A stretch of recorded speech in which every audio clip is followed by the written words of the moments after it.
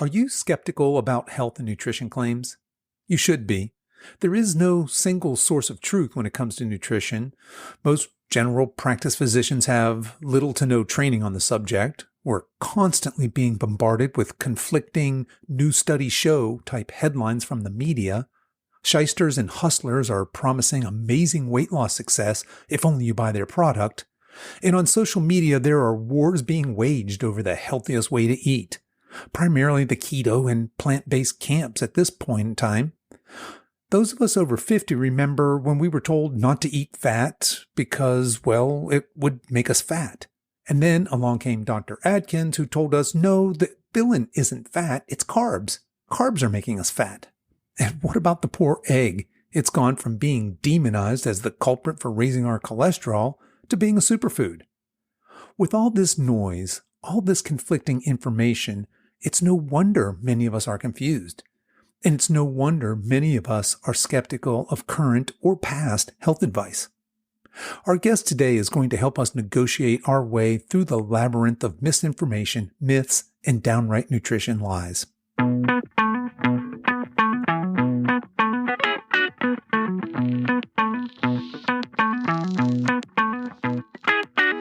Hello, and welcome to the Over 50 Health and Wellness Show.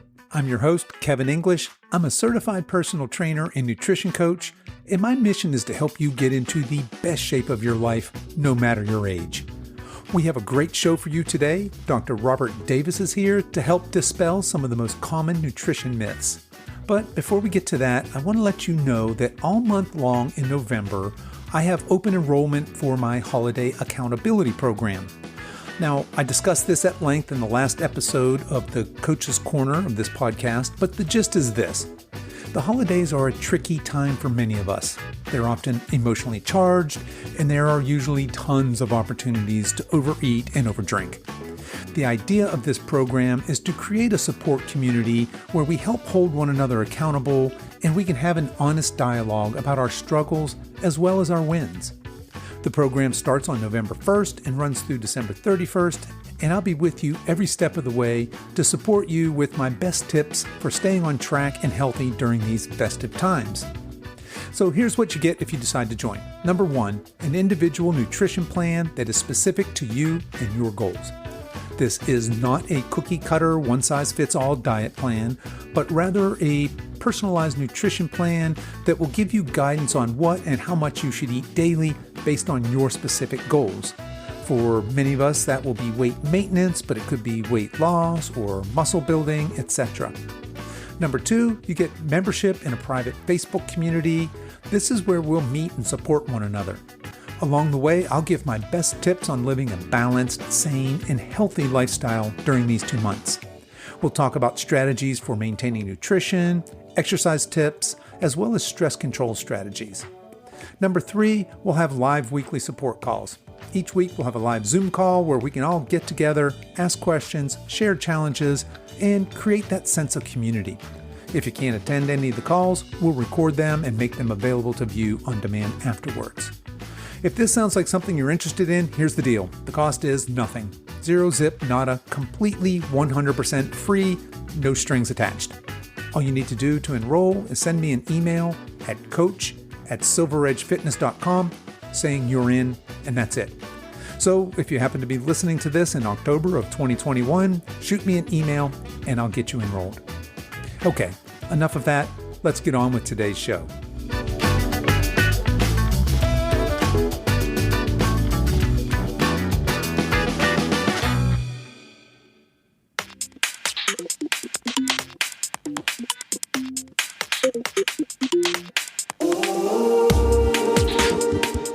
My guest today is Robert J. Davis. Robert, also known as the Healthy Skeptic, is an award-winning health journalist whose work has appeared on CNN, PBS, WebMD, and in the Wall Street Journal. He is the author of 4 books on health, and he hosts the Healthy Skeptic video series, which dissects the science behind popular health claims. His most recent book is titled Supersized Lies: How Myths About Weight Loss Are Keeping Us Fat and the Truth About What Really Works. And in this episode, Robert guides us through the murky waters of nutritional myths, fallacies, misconceptions, and outright lies. I started my conversation with Robert by asking him about the state of health in America today.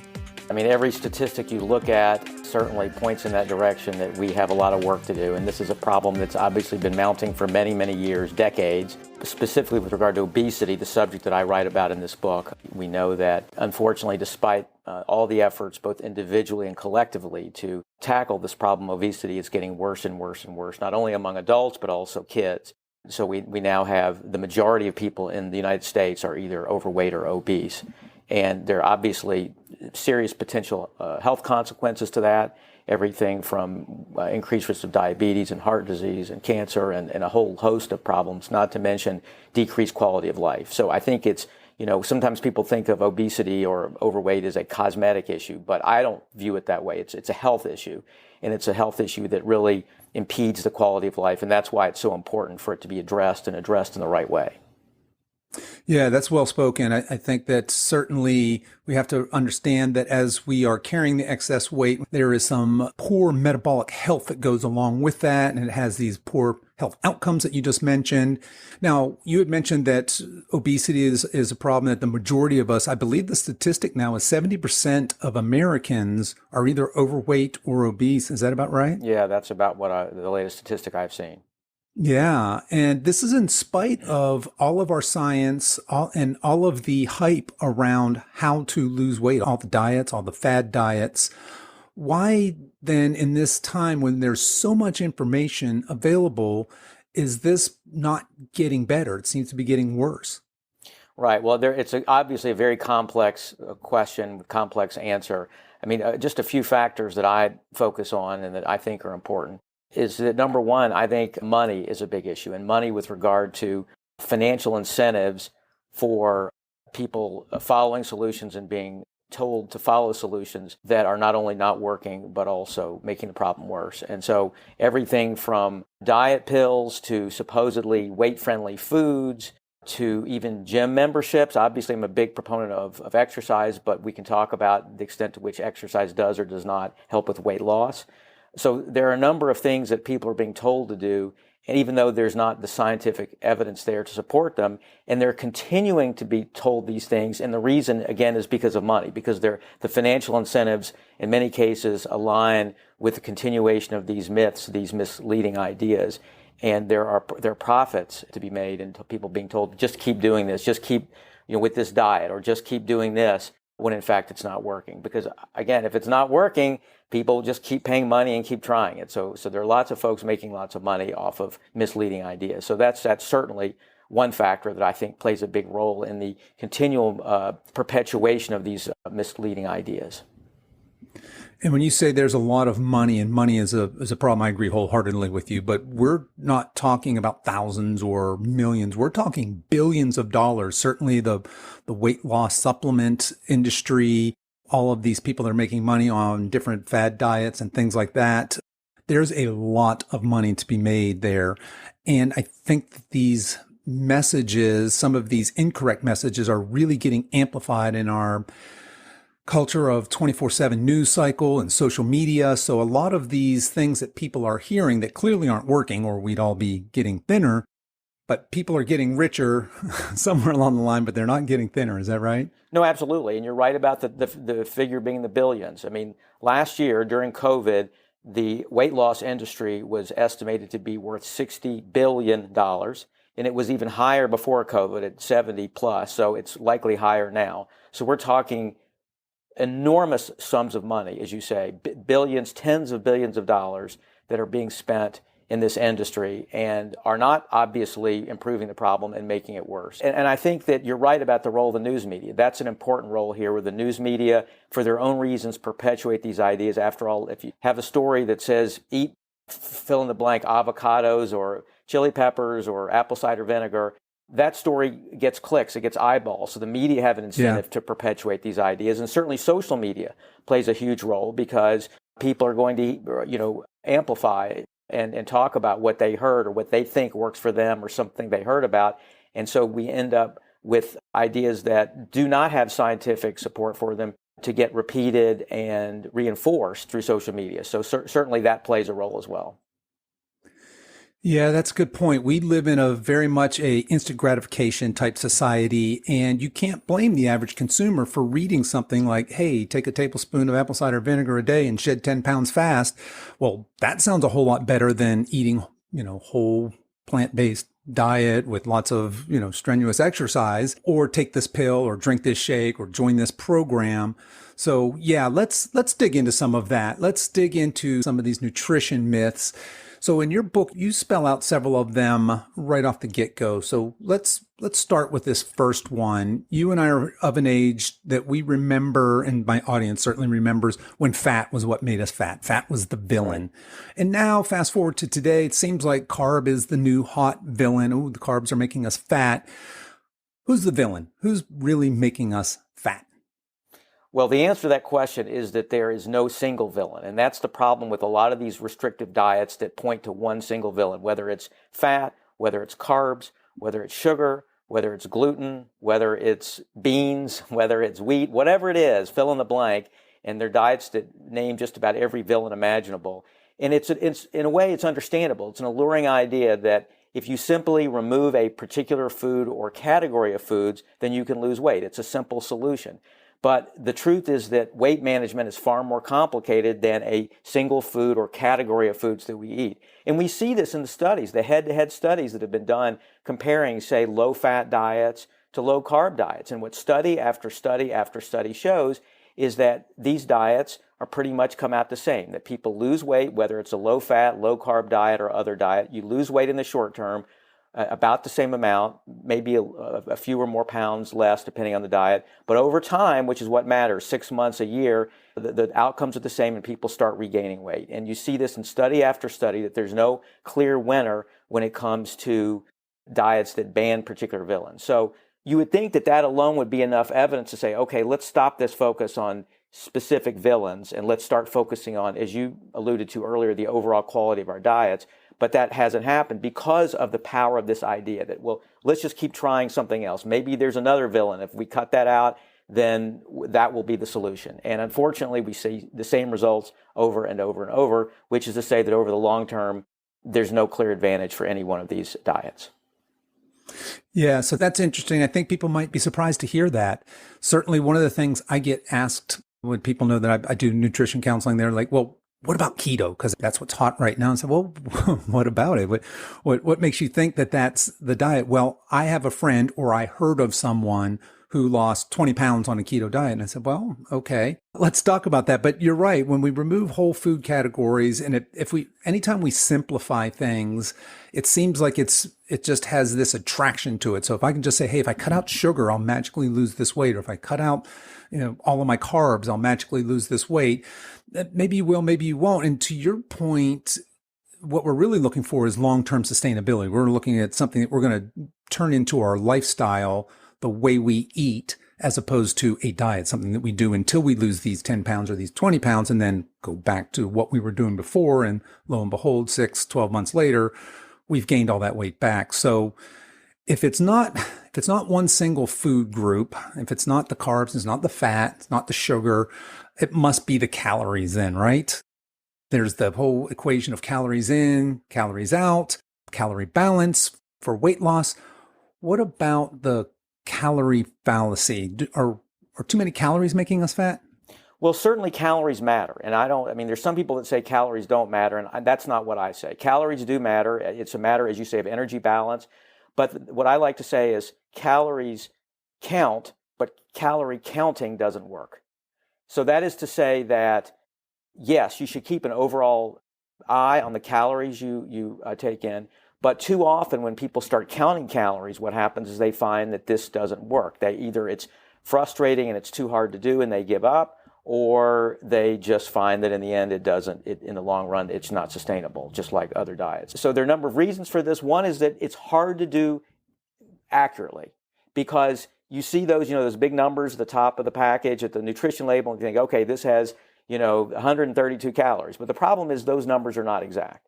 So they can be off under law by as much as 20%. Usually they're an overcount. So, and that's just for foods that we know we have calorie counts on. But many foods don't have calorie counts. If you're going to cook a meal yourself, if you're going to go to a friend's house, many restaurants don't have calorie counts in the menu. So often you don't know how many calories you're going to take in. So it's just hard to know how many calories you're taking in. So that makes it very difficult there just to know how many calories you're taking in. The other side is, energy out, to know how many calories you're burning or how many calories you need to have an energy deficit. And you can have apps and charts to look up to try to calculate that, but they're best estimates. And so it's really guesstimates as to sort of how much energy you're burning or how much energy you really need or how much of a deficit you need. So the point is that it's very difficult to do in a way that's accurate. And so that's why I think that that's a big reason that counting calories often doesn't work. Another is that our bodies fight back, and that's something that's not taken into account when you were told you need X number of calories, because it's not a linear process. If you cut calories by 10 or 20%, what happens? Well, you lose weight. Yes, you'll lose weight, but then your metabolism slows down. So our bodies have this exquisite design to keep us from essentially dying from scarcity and starvation, which is a wonderful evolutionary gift if we live in an environment where there's scarcity and famines, but thankfully we don't. And so that makes it very difficult to lose weight. But this reality about our biology is often not conveyed to us when we're told just cut calories and you'll lose weight. Because the problem is, as we do that, we have to keep ratcheting calories down more and more and more to keep losing weight. And that's something that's often missing in the advice that we get. And that's a losing proposition, ratcheting the calories down, down, down. Eventually, that's going to lead to very poor health outcomes. And you had mentioned, for example, one of the things that happens when we reduce our calories is we're going to slow down our metabolism, which is the opposite of what we want for weight loss, right? And I think all of us are individuals and we respond to dieting or calorie deficits differently because there's clearly the role of metabolism, there's hormones, there's genetics. There could be a whole host of reasons why we might individually respond differently. And I think in addition to that, compounded with the things that you were talking about earlier, just how difficult it is to really know how many calories we're taking in it, even with our best technology outside of calorimeters and things like that. But with food tracking apps and things that normal people have accessible to them, it's very difficult to know exactly how many calories you're bringing in, and equally as difficult, if not more so, to understand how many we're burning as we're exercising. So, okay, we understand that calories matter, right? But counting calories doesn't really work. That's not a way for us to sustainably lose weight, keep it off. So we had talked a little bit about exercise. To be sure, then, exercise is the way for us to lose weight, right? Well, I would like to believe that because I'm an avid exerciser myself. I am a big proponent of exercise. My last book was all about exercise. So everybody should exercise. I like to say that if there were a pill that could do everything exercise does, everything from reducing your chances of heart attacks and cancer to improving your mood, your emotional well-being, and you're helping you as you age. I mean, the list is endless. If there were a pill that could do all those things, we'd all be clamoring for it. But the one thing that exercise can't do so well is the thing that many people, if not most, expect exercise to do, which is to help them lose weight. And so that's an unfortunate truth that I think in the end undermines people's attraction to exercise and keeps them from exercising for the right reasons. And so the reasons for that are several. First of all, exercise just doesn't burn that many calories. That is the exercise that most of us do, going for a brisk walk, taking a yoga class. Those are wonderful things to do for your health, and everybody should do them. So, but the issue is they don't burn a lot of calories or enough calories to make a big dent in our weight. And sometimes people have this idea, this equation, eat less, move more, ELMM. And I like to say, for many people, Elm Street is a dead end because they'll say, okay, well, I've overindulged on food. I'll walk today, or I'll go to a class today, and I'll burn off those calories. And unfortunately, it just doesn't work that way. You go for a brisk walk, it's going to burn maybe 100, 150 calories, which is not going to make a big dent toward that pie or that pizza or whatever else you've eaten earlier or the day before. So that's certainly one issue. The other issue is similarly with calories. Even if you exercise a huge amount, we're talking 500, 600, 700 calories burned a day from exercise, and that's a lot of exercise. Again, the body responds to that. Over time, your metabolism slows down, and it makes it harder and harder to lose weight with that amount of exercise. So the same thing happens. Your body is essentially protecting you from wasting away. So it's the same phenomenon as cutting calories. So that's what exercise cannot do when it comes to weight. Now, on the flip side, it's important to note there are ways that exercise can affect weight. And that is to say, even though it can't necessarily help you lose weight, it's very important in helping you prevent weight gain and keeping weight off, whether regaining lost weight or gaining weight in the first place. There's good evidence that exercise can help do that. So I think the point is that if people go in with the right expectations about exercise, then it can be an important part of your weight control efforts. But I think people need to go in with their eyes wide open and not expect exercise to do something for them that it is not able to do. Yeah, that's an interesting point you make there, because really I think the old school way of looking at losing weight is to restrict your calories and to do some form of cardio. Typically, that's going to be walking, jogging, biking, elliptical, treadmill, something along those lines. And that advice has been out there forever, and it's just failed spectacularly for a number of the reasons you just mentioned, right? I think a lot of people are under the impression that exercise while they're doing it is the benefit. That's the calorie burn while they're doing it. And to your point, you're going to walk a long ways on a treadmill to burn off a day's worth of eating. And so that's not a good way of looking at it. Now, there are different types of exercise, though. And you had mentioned, I think in your book, you even talk about resistance training, so strength training. And adding lean muscle mass certainly will ramp up our metabolism. But again, that's a difficult endeavor. And if you're in a gym lifting weights, you're actually burning fewer calories while you're doing that activity than you would be saying doing an equal time of running. But I think the benefit of resistance training or strength training when it comes to maintaining a healthy body composition is that you're adding that muscle mass. And it was Dr. Gabriel Lyon who said that our problem isn't that we're over fat, but that we're under muscled. And there's a lot of properties that come along with having additional lean muscle mass and less body fat that are very, very healthy, in addition to having a better or improved body composition. So there are different types of exercise, and they can have different effects on the body. Is that fair? Or let's back up. Different types of exercise can have different types of effects on weight loss. Is that fair? Yes, that is fair. And I think that your point is exactly right. I agree with that too often resistance training is not part of people's exercise routines. But I think not only for overall health, but also for, again, weight maintenance, weight control in the long run, that is preventing weight gain. It's important because muscle, as you say, does burn more fat, more calories than fat does. And so what that means is that particularly as we get older, we tend to have more fat. So as we get older, it particularly can help prevent weight gain by doing resistance training and having more muscle. So that's an important point. One other point I would make is that both kinds of exercise, but maybe perhaps particularly resistance training, can reduce visceral fat. That is the fat that's evidenced by fat around our waist. And so what studies have shown is that even if you don't lose weight, if you exercise, then maybe your clothes fit better because you have less visceral fat. So that's another benefit. And again, particularly some studies show that resistance training can be especially helpful for that, as well as aerobics. So I think the bottom line is you want to do both types of exercise, not only for your health, but also for long-term weight maintenance.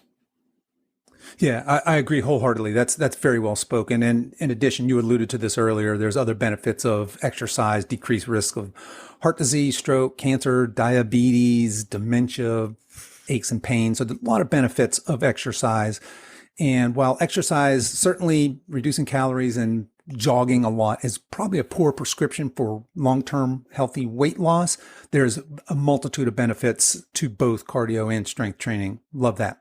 And Kevin, if I may interject, I just want to say one thing. And I think it's important. This is a very important point, because I think too often people go into exercise for the wrong reason and give up. They go in saying, okay, I'm going to go in, I'm going to lose this 20, 30, 40, 50 pounds, whatever it is.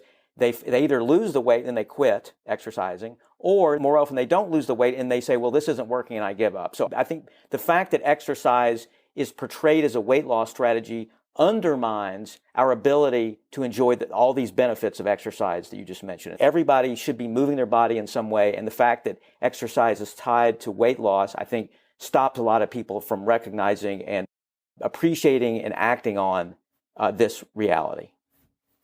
That is an excellent point. And if you think about if you've ever been a member of a gym in January, what happens? It's flooded with people, those people that have made those New Year's resolutions. And a lot of them do have weight loss goals. That's why they're in the gym. And 3 weeks, a month in, they're gone. They're no longer there. And that would be a shame if they were in there to lose the weight and said, well, this isn't working. Why should I even do it? This is hard. Why am I getting up early in the morning and going to the gym? But yeah, so we should all be doing exercise. But if you do it for the reason solely for losing weight, you may have the wrong mission in mind there. So yeah, that's very well put. We want to use our exercise to make us healthier humans and not necessarily just as a weight loss tool.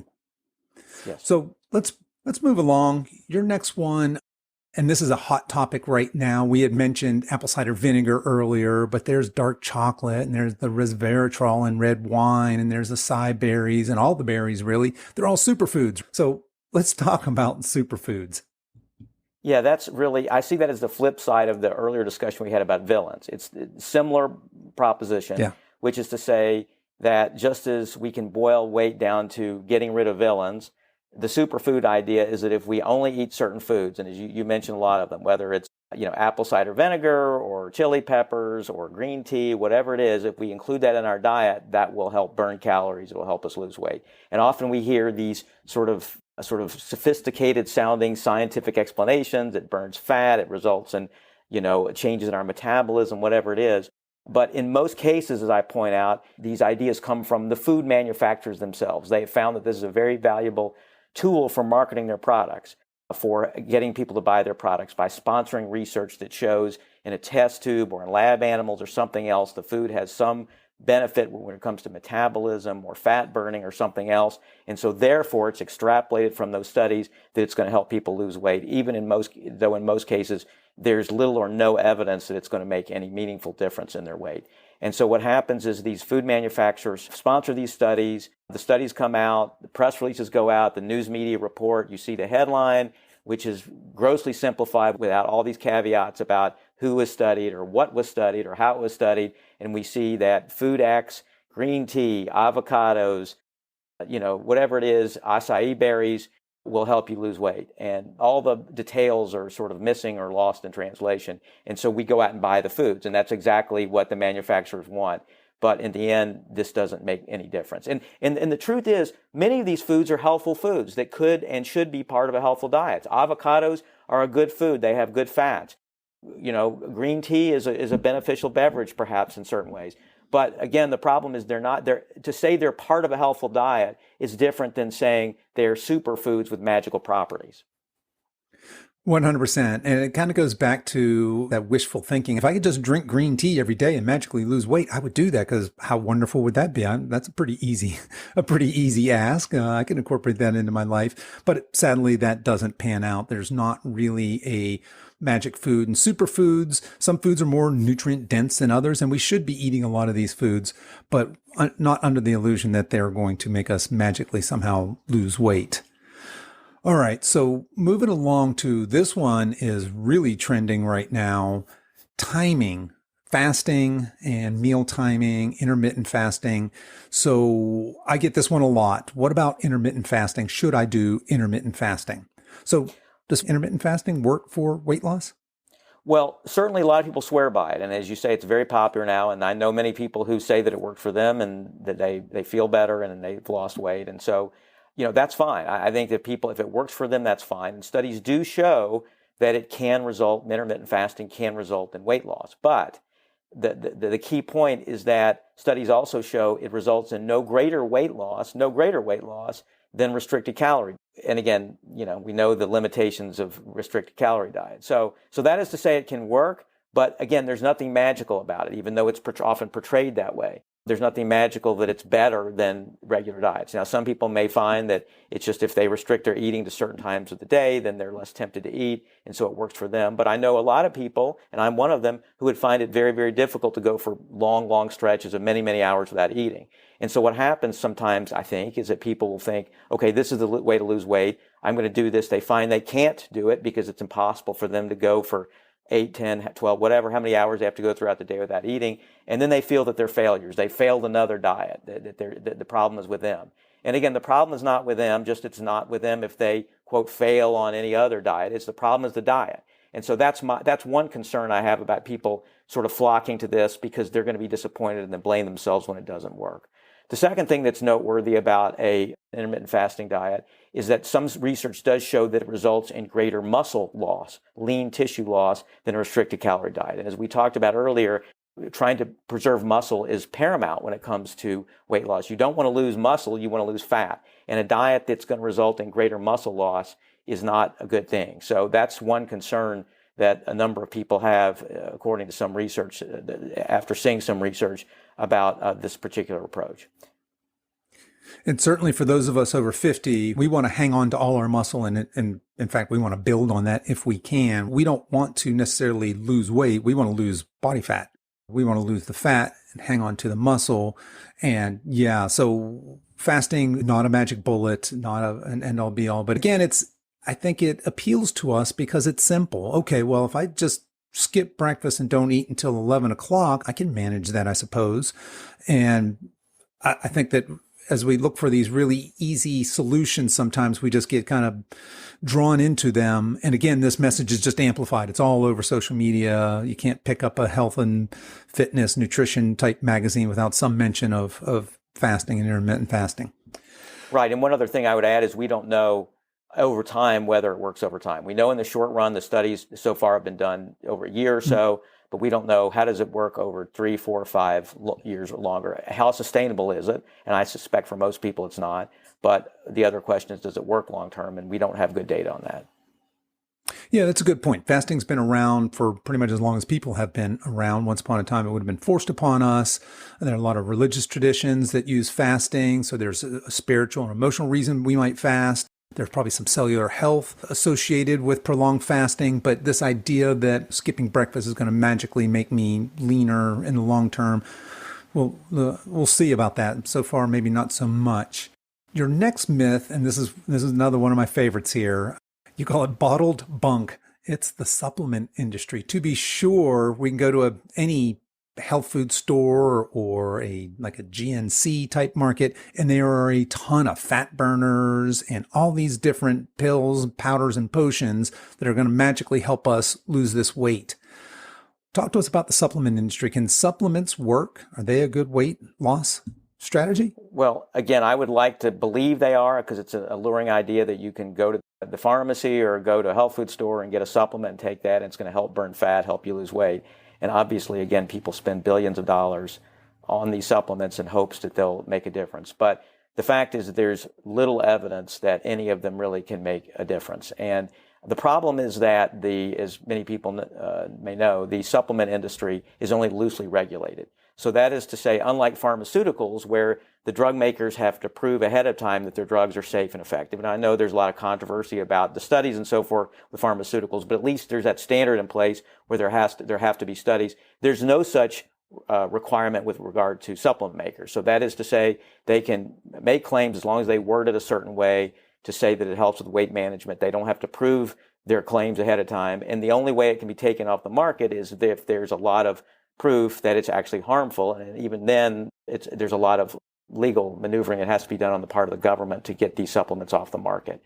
So, and there are a number that have been taken off the market because they found to cause harm. So the problem is when you go in to buy a supplement, there's no guarantee that it works. There's no guarantee that it's safe. So you're taking a chance. And on top of that, many of these supplements, weight loss supplements, have a hodgepodge of different ingredients that haven't been tested together.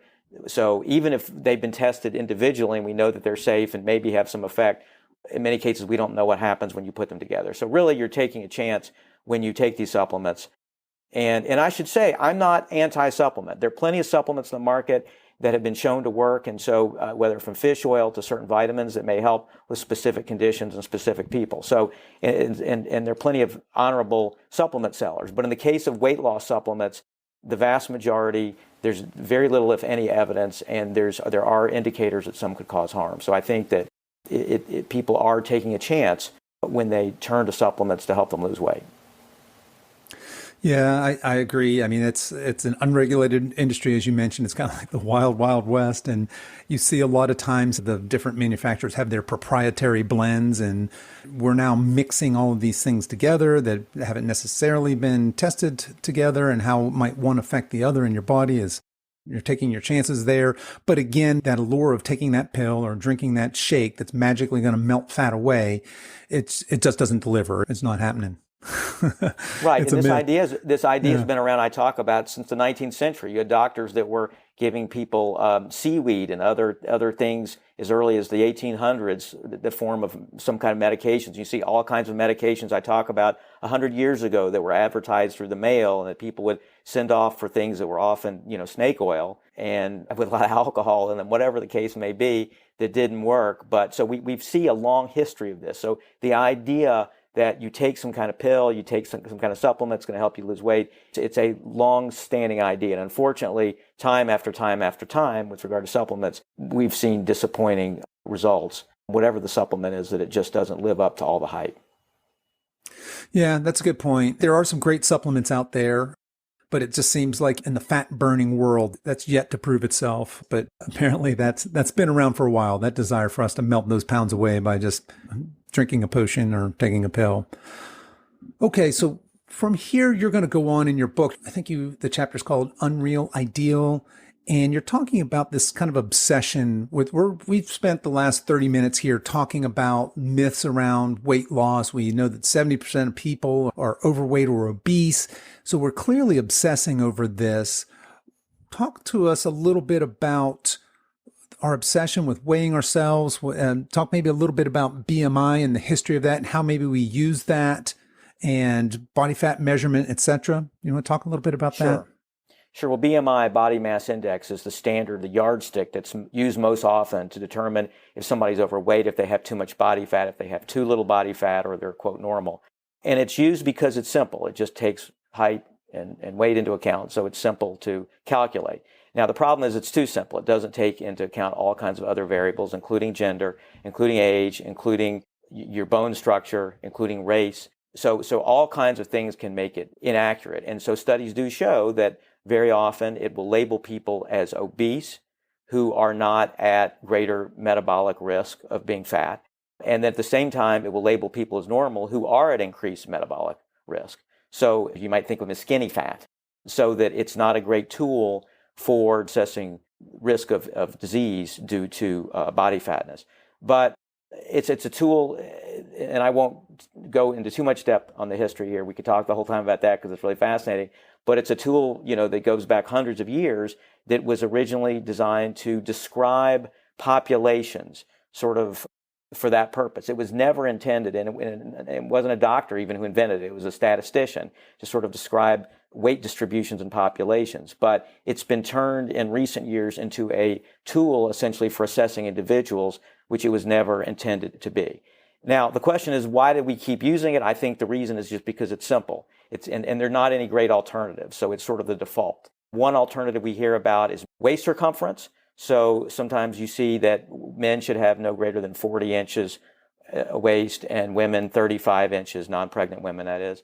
But that's not necessarily ideal because it doesn't necessarily apply to all ethnic and racial groups. There are differences there. So those sort of standard cutoff points don't necessarily take that into account.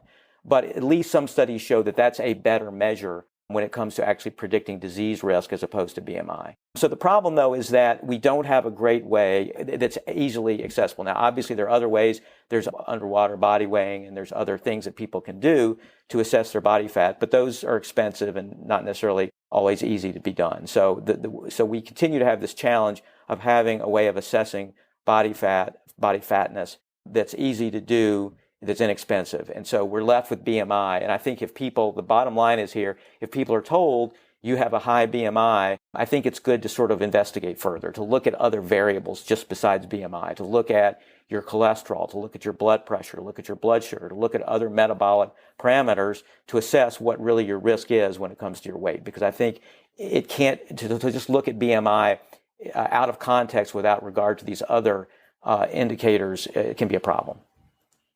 Yeah, that's a good point. So I think a lot of people are familiar with the term BMI, and it being associated with being overweight and unhealthy. So we've talked a lot about what doesn't work. We talked about all these myths.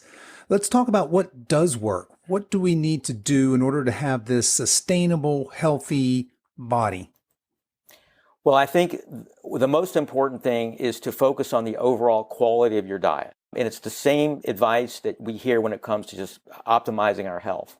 And that is to say to eat a mostly plant diet, a whole foods diet that includes fruits, vegetables, lean meats, fish, nuts and seeds, beans, dairy if you eat dairy, and to minimize highly processed foods, things like chips and soda and sweets, French fries, things like that. Now, it's not to say this is not a diet that banishes those foods as villains. So it's not to say that you should never, ever eat those foods and they're toxic and poisonous. But it is to say that you should make an effort. And it takes time, because if you're including lots of those foods in your diet, as I used to, it takes time to be able to change your eating habits over time. But it is to say that over time, to try to reduce your intake of these foods so that eventually they become occasional treats rather than regular staples in your diet. But I think that's the key to an overall eating pattern that not only is going to benefit your health, but is going to help you maintain a healthy weight. And I think that it's unfortunately, there's nothing sort of snazzy about it. There's nothing sexy about it, but it's a diet that it's going to accomplish both. And the great thing about it is it doesn't involve a lot of rules. It doesn't involve restrictions in the sense that you cannot eat these foods and you must eat these foods. There's a lot of leeway to tailor it in a way that works for you.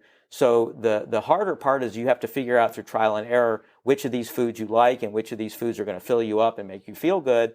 That's a little harder because no one's going to give you a list of foods you can and cannot eat. On the other hand, it's going to work in the long term because it's designed specifically for you. It's a list of foods within these broad categories that you like, that are going to fill you up, make you feel good, and that are going to satisfy you so you can sustain this diet over time. Yeah, that's very well said. And one of the things I tell people is, hey, look, nutritional science can be vastly, vastly complicated and complex, but eating well really isn't. If you just eat primarily whole foods, if you start there, you're so far ahead of everything else. That really should be the foundation of your quote unquote diet, of what you eat. And you had mentioned all, the fruits and vegetables, lean meats, nuts, seeds, and avoiding these processed and especially ultra processed foods and drinks. I read a statistic recently that said that 70% of the Americans' diet is made up of processed foods. And that's a horrifying thing to think. But when you walk into a grocery store, a typical grocery store, more than 70% of what's in there is in fact processed foods. So our first call to action then is to eat primarily whole foods and to start to replace some of those processed, ultra processed foods with whole foods. Now, we talked a little bit about the health benefits of exercise. So we're going to assume that folks know that they should be exercising. You should do some cardio, you should get your steps in. Certainly, if you're not currently doing strength training, you should consider that. But let's talk about a couple of things that folks may not come top of mind when it comes to weight loss. And let's start with sleep. What's the role of sleep in weight loss and maintaining healthy weight? Well, a number of studies have linked insufficient sleep with greater weight. And so we know from these studies and also lab studies where they actually deprive people of sleep and compare them to people that are given enough sleep. And they find that the people who are deprived of sleep actually are hungrier and gain weight. Now, there's debate about why. Is it that they just have their wait more hours and they eat more calories, or does something happen to their metabolism that makes them crave foods?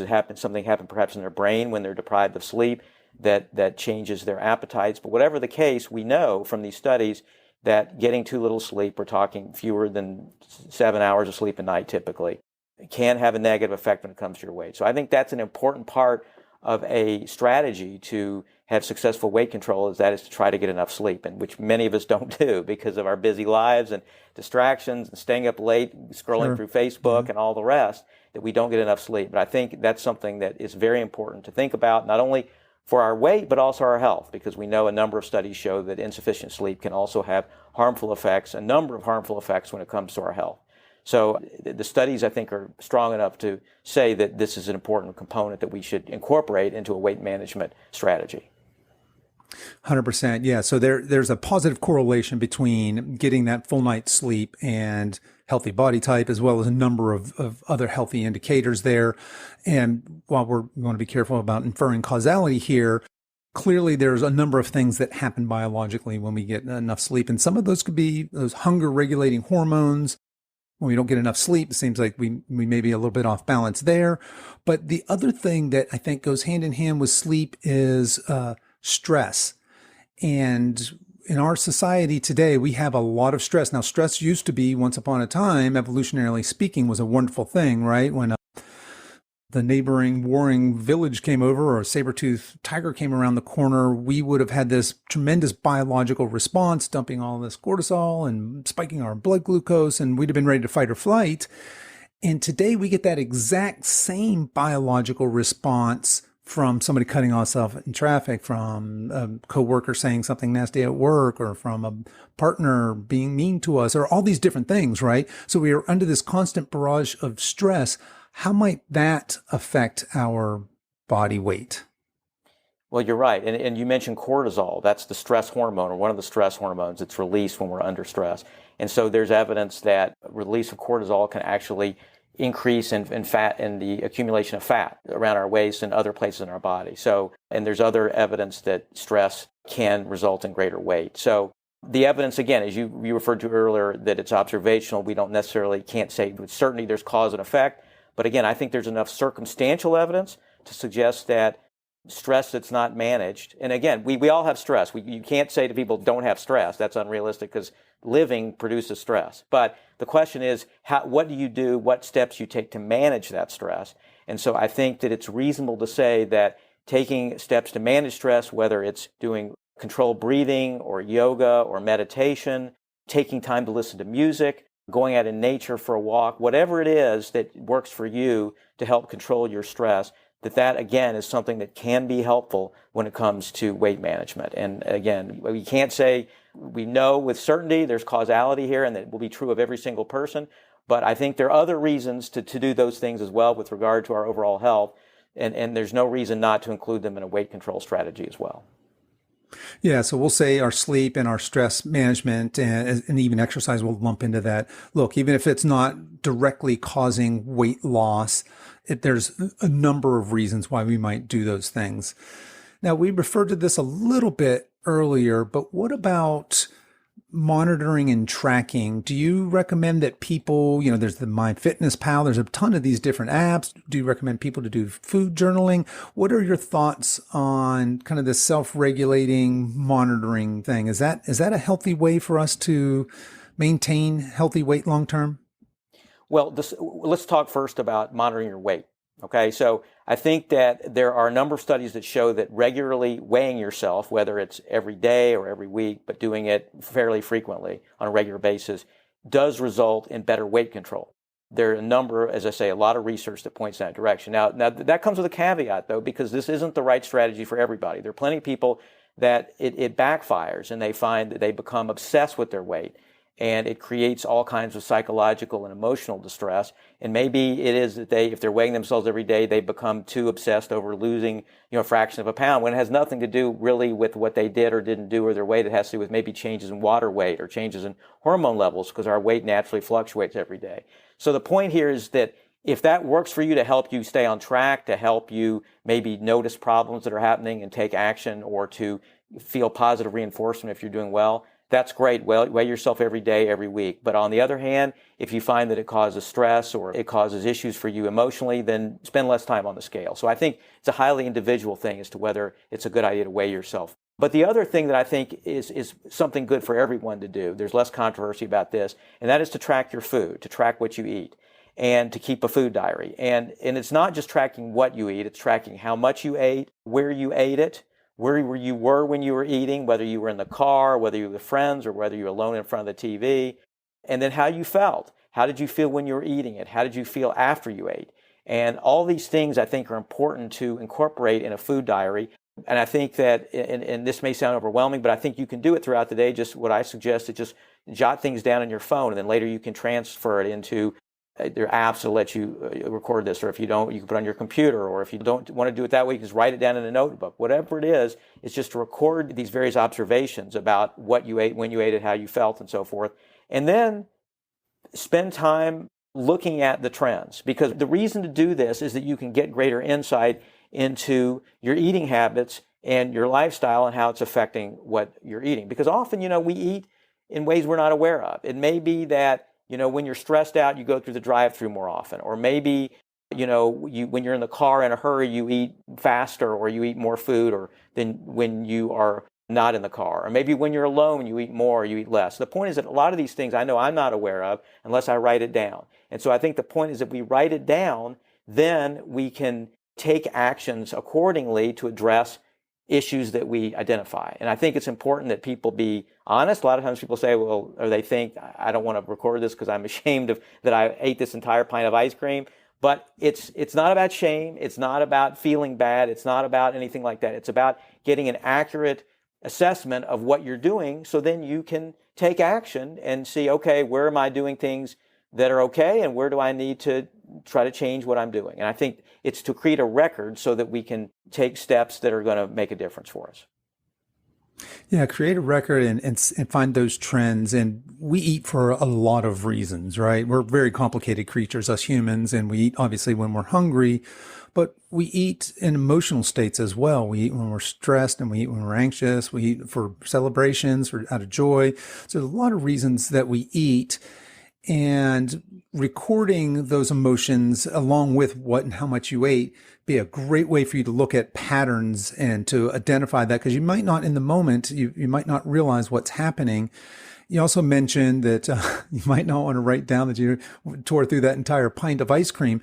And I think it's important to point out that there's no such thing as a morally bad food.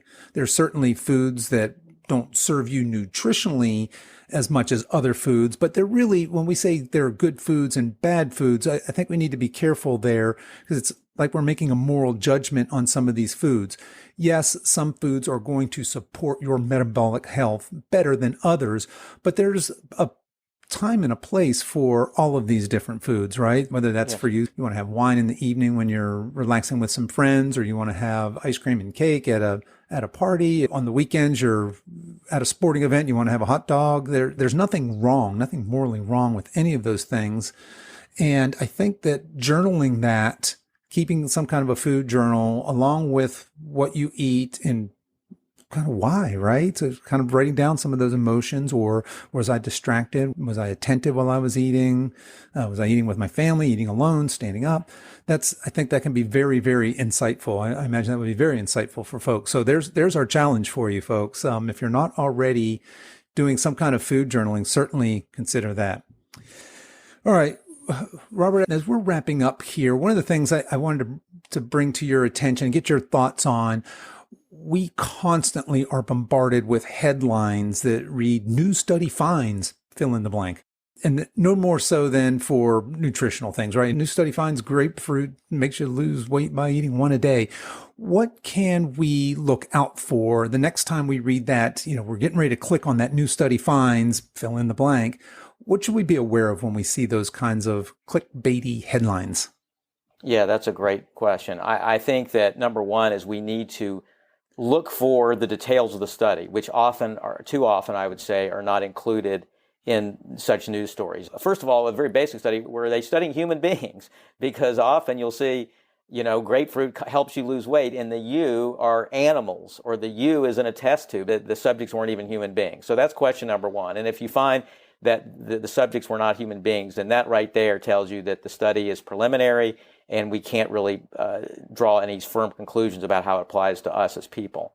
But if it did involve people, you want to know how big was the study. There's a difference between a study that involved 10 people and a study that involved 10,000 people. So that's important. You want to know how long they were studied. Was it a couple of weeks or was it many years? So that makes a difference. So the list goes on in terms of things that are important to know. Another would be, what were they actually measuring? Often with regard to weight loss studies, they'll measure that appetite was decreased. Well, that's fine, but did that really result in anybody losing any weight over time? Because you can't say just because people's appetites were decreased from eating a food or taking a supplement or doing something else that resulted in anybody losing weight. And too often we see extrapolation in headlines that when in fact the study didn't find that. So these are the kinds of sort of clues to look for as you're reading a study. And if it includes, this information, if you really want to do it, you can go on, PubMed or Google Scholar and try to look up the study. I know not all of us are inclined to do that. There are other publications I recommend, things like the Harvard Nutrition Source, which is online,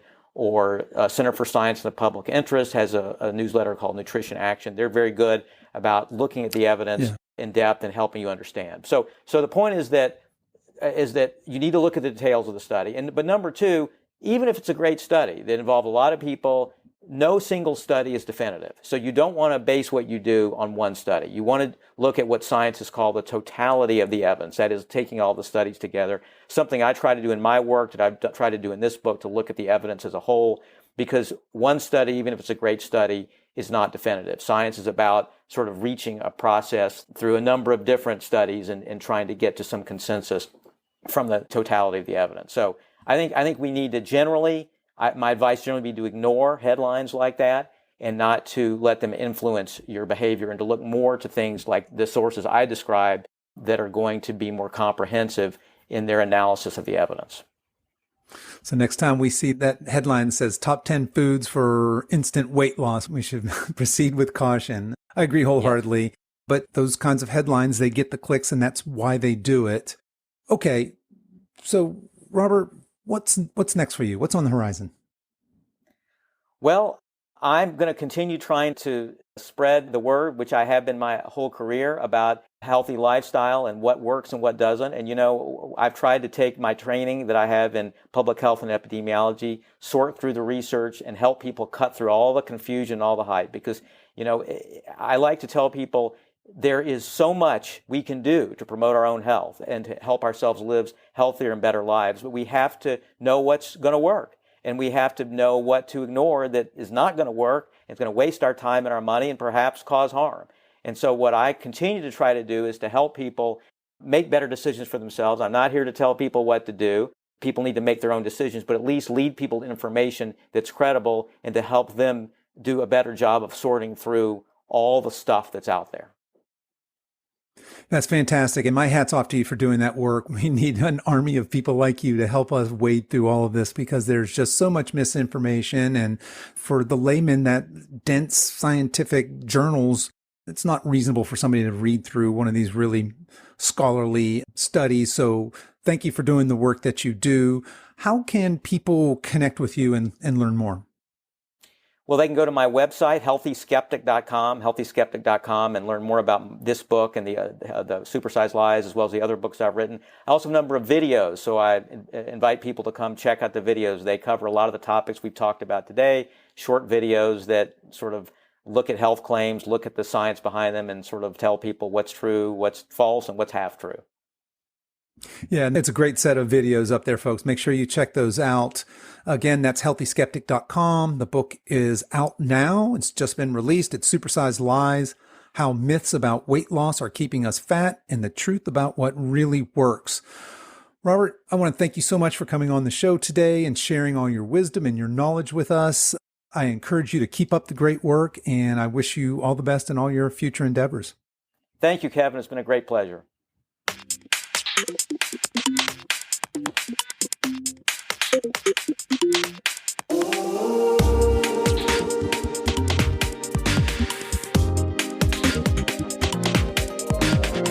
Okay, folks, that's our show for this week. I hope you enjoyed today's conversation as much as I did. As we wrap up today's show, I have a favor to ask. Would you please share this episode with someone who you think would enjoy hearing Robert's message? Now, statistics tell us that only 15% of people over 55 listen to podcasts, so the easiest way to share this episode is to send them a link to this show, and they can listen right there on the website. The link is silveredgefitness.com/episode 79. And there you'll also find all the links to the resources we discussed in this episode, and you can continue the conversation over there as well. I would love to hear your thoughts and comments on today's show. Also, I want to let you know that if you enjoyed today's show, I have more free resources over at silveredgefree.com. There you can find my mini guides with my top tips on nutrition, exercise, and lifestyle. So head over there, scroll through the guides, and download whatever you feel would be useful for you. Oh, and don't forget to sign up for the Holiday Accountability Program. Again, it's 100% free to enroll. Just shoot me an email at coach@silveredgefitness.com telling me that you're in. As we wrap up our time together today, you can always show your support for this show by giving this podcast a 5-star review on whatever platform you listen to podcasts on, and be sure to subscribe and follow so you don't miss any future episodes. I really appreciate you spending your time with me today, and until next time, stay strong.